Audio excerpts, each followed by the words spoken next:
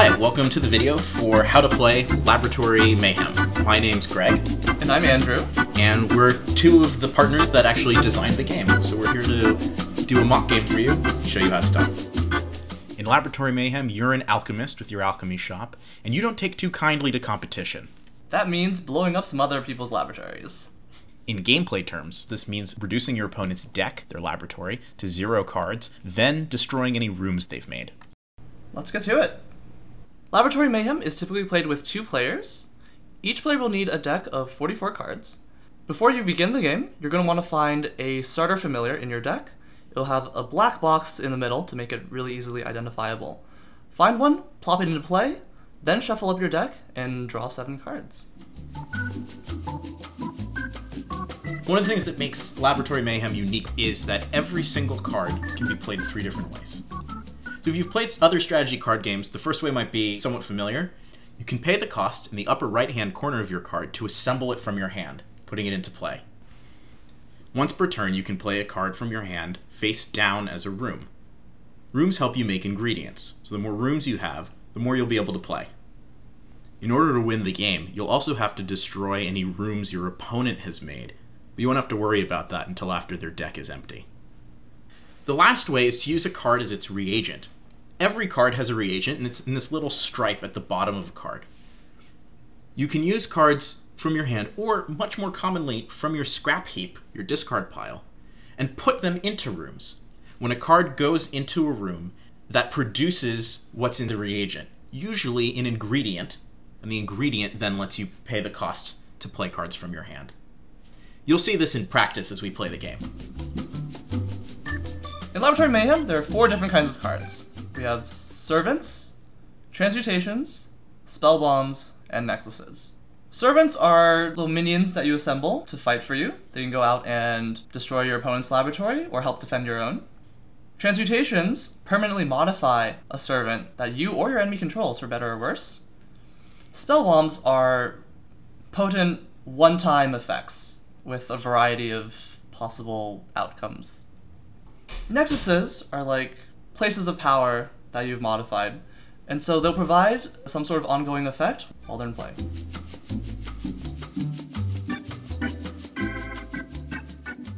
Because I get to play the very first turn of the game, on this very first turn, I'm going to skip drawing a card. But because I have a familiar, the one that I started with, I'm going to do what's called rummaging, which is shorthand for draw a card and then discard a card from your hand. Next, I can choose to make a room by taking any card from my hand and playing it face down. This card in my scrap heap has a reagent that gives 1 venom ingredient, and so I can get that by putting the card into a room. And that's enough for me to play this burrowing grub from my hand. The burrowing grub comes into play in my entourage zone. The entourage is kind of like your defensive zone. When a servant is the entourage, like when I played it, it's available to defend my lab or receive an order from me. On the turn that you make a servant, they usually require a cooling off, so I'm not going to be able to attack with this guy or use his special dispatch ability until later. That's all I can do this turn, so I'm going to pass it to Andrew. Now, I get to draw 1 card as normal, and because of my familiar, I also get to draw a second card, but then I have to discard one, right? This is the rummage. So I've discarded a card right there. I'm now going to make an empty room, like so. I'll get my 1 ingredient, a seed in this case, and I'll use it to play another root tapper. The last thing you can do during your turn is to send your servant away from your laboratory by dispatching them. This will keep them safe from enemy attack. And that will be it for my turn, so I'm going to pass it back over to Greg. Great. So I'm going to draw and rummage. That'll be like the default from now on. Yeah, and rummaging isn't optional. You have to do it if you have a familiar. So now I get to choose which card from my hand I make as a room. Playing rooms is also optional. You can only just use 1 per turn. So I'm going to play a card that costs 2. In this case, that's 1 venom and 1 of any kind. 1 junk. Right. Junk can be paid for using any ingredient. But junk can only pay for junk. Right. Now, because Andrew hid his servant, it's in his dispatch zone, not in the entourage, which means it's unavailable to defend him. So I send my burrowing grub straight to the lab to deal 1 vandalism damage. When a lab takes damage, you take that many cards off the top of the lab and put them in your scrap heap. Which I can now use as reagents on my turn. That's true, so there's a silver lining for you. Yay. So I'm going to take my turn now, draw and rummage. What should I rummage? How about this one? Now I'm definitely going to want to make another room. And I'll just get 2 recyclable reagents and play a discount seed shipment of my own. And once again, I'm going to hide my root tapper. I don't want to attack. Greg has left his discount venom shipment up to defend. That would be bad for my root tapper. I'm just going to keep it safe. But I'll leave my seed shipment to defend. So at the very beginning of my turn, any dispatched servants, I recall them back to my entourage. So I can give them new commands this turn, whether that's attacking or hiding or just leaving them where they are. So now I get to draw a card and rummage. I'll make a third room, but I only need 2. I made a third room basically to future-proof myself. So now I've played a spell bomb. In this case, this spell bomb does 2 things. First, it has an ability called Precursor, which lets me reveal the top card of my laboratory.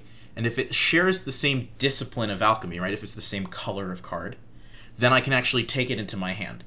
The next thing that happens is the spell bomb says that Andrew's lab takes 4 damage, and mine takes 1. Ouch. So there goes the top 4 cards from my lab. And again, that spell bomb goes into my scrap heap, now that it's done, along with the 2 reagents that I used to make it. Now, I want to be able to attack Andrew's lab again, but he has a defending servant. So I'm going to send my discount venom shipment against his discount seed shipment, and that leaves my burrowing grub available to attack the lab directly. And so I take 1 more point of damage. Yeah. And now let's take a closer look at how the combat plays out between these 2 servants fighting each other. So the number we can ignore right now is this yellow icon vandalism, right? Because that's damage that's done to laboratories or nexuses. So instead we're looking at this red sword icon, combat. And combat represents how much damage servants deal to each other. In this case, they each deal 2 damage to each other. They also have 0 armor, which means that they can't prevent any combat damage that turn from another servant. And they both have 2 life, as represented by the number in green over here. And that means they both end up in our scrap heap. Alright, looks like Greg's done with his turn. My root tapper recalls. I'm going to draw and rummage. I also make another room. And I'll just get 3 recyclable reagents to play a canopy strider. Oh, that's going to hurt a little bit for me. Oh yes. Oh yes. And I also see, Greg, that your lab is undefended. So my root tapper actually has 1 vandalism, and he's going to go in there and knock some bottles over. Alright. How does that make you feel? Makes me feel vengeful. I've recalled my servant. I draw 1, I rummage 1. I'm going to make a 4th room. General rule of thumb, as long as you have enough to pay for everything you want to play, you can. There's no limit to how many things you can do, so long as you have enough ingredients to do it. Right. And remember that you can only use each ingredient once and each room once. So I'm going to spend 2 ingredients, a venom and a junk, to play Wilting Malignancy on Andrew's Canopy Strider. Wilting Malignancy is a transmutation, right? That means I'm attaching it to a servant, and it's going to alter it in some way. My transmutation is something that a servant doesn't want to have on it. Yeah, at the end of each of Greg's turns, he gets to put a -1 counter on my Canopy Strider, which lowers all its stats by 1. Pretty painful for me. However, that Canopy Strider is still available to defend. So instead of attacking directly, I'm going to use the ability that's on my Burrowing Grub. If I pay 1 Venom and dispatch the Burrowing Grub, I can deal 1 damage to Andrew's Laboratory directly, even if he has an available defender. And I have no choice but to take that 1 point of damage. Looks like that's it for Greg, though.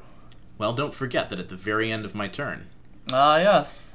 There's that bit of poison, the -1 counter. My slow but steady revenge. Yeah. Alright, well, the Canopy Strider hasn't even done anything to you yet. I know who it's working for.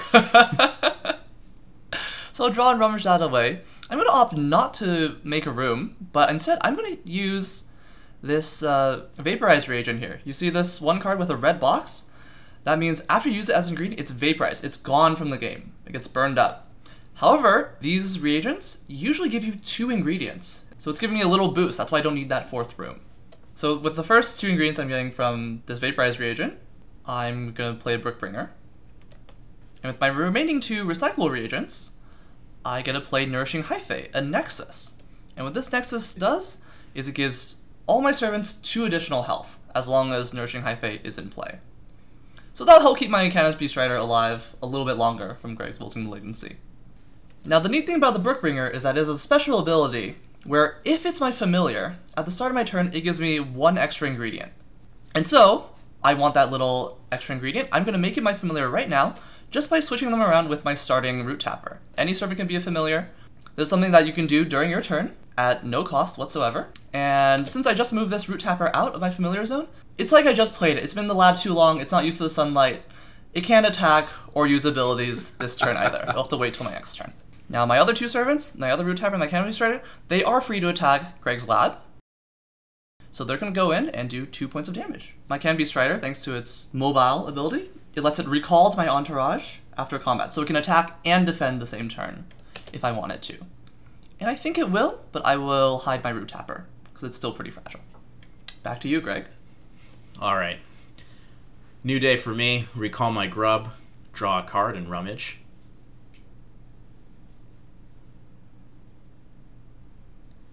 Laboratory Mayhem is brought to you by Lixivian Games. Making you wish you had a receipt since 1994.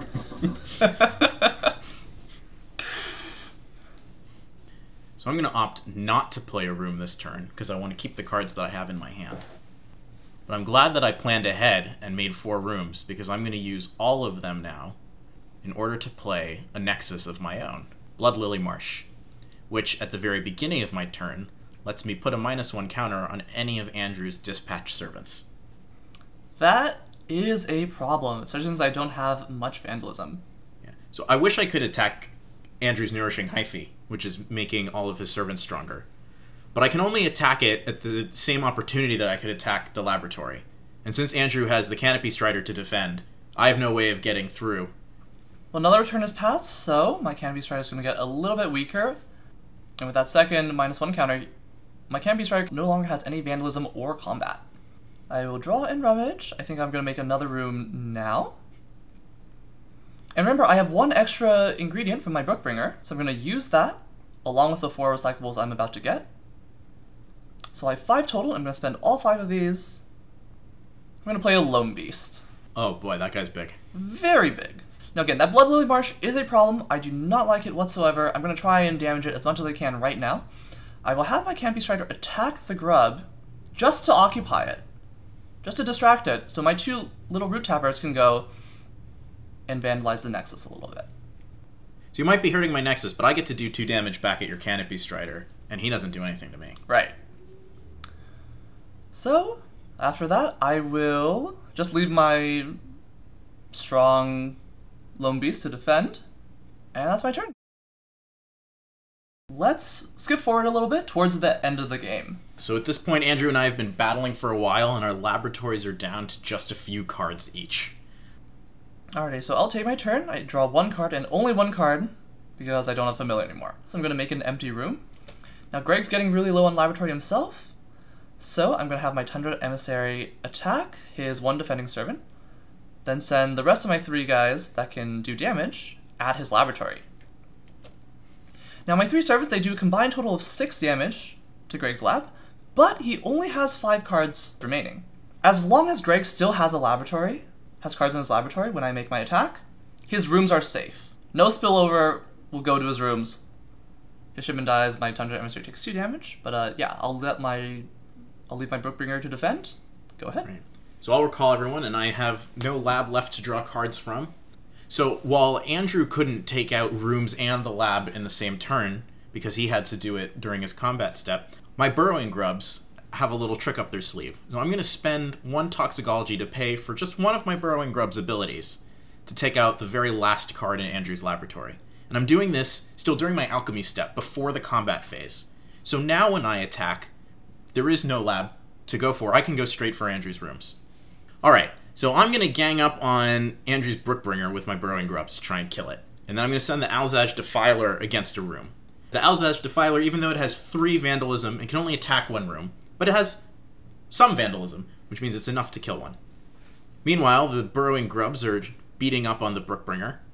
Except, oh wait, I have the Nourishing Hyphae out, so it survives. Oh, yeah, forgot about that one. Conveniently, I forgot too.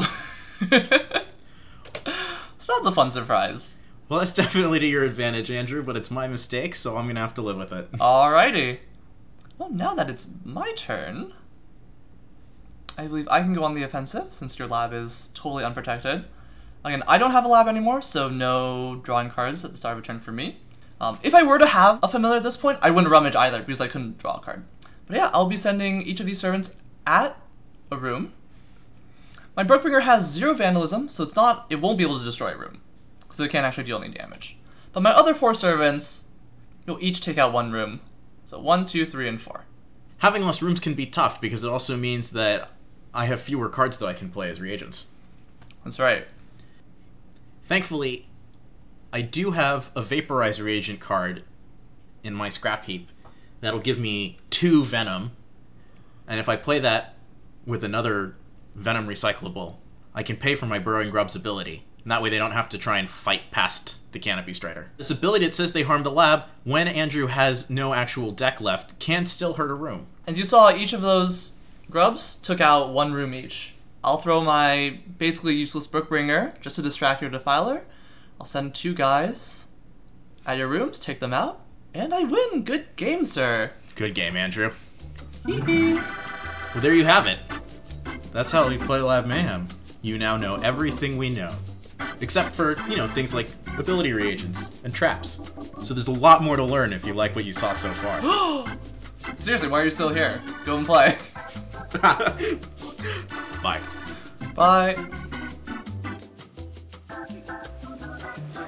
You're such a shitty winner. You're like, you're eating his tears or something.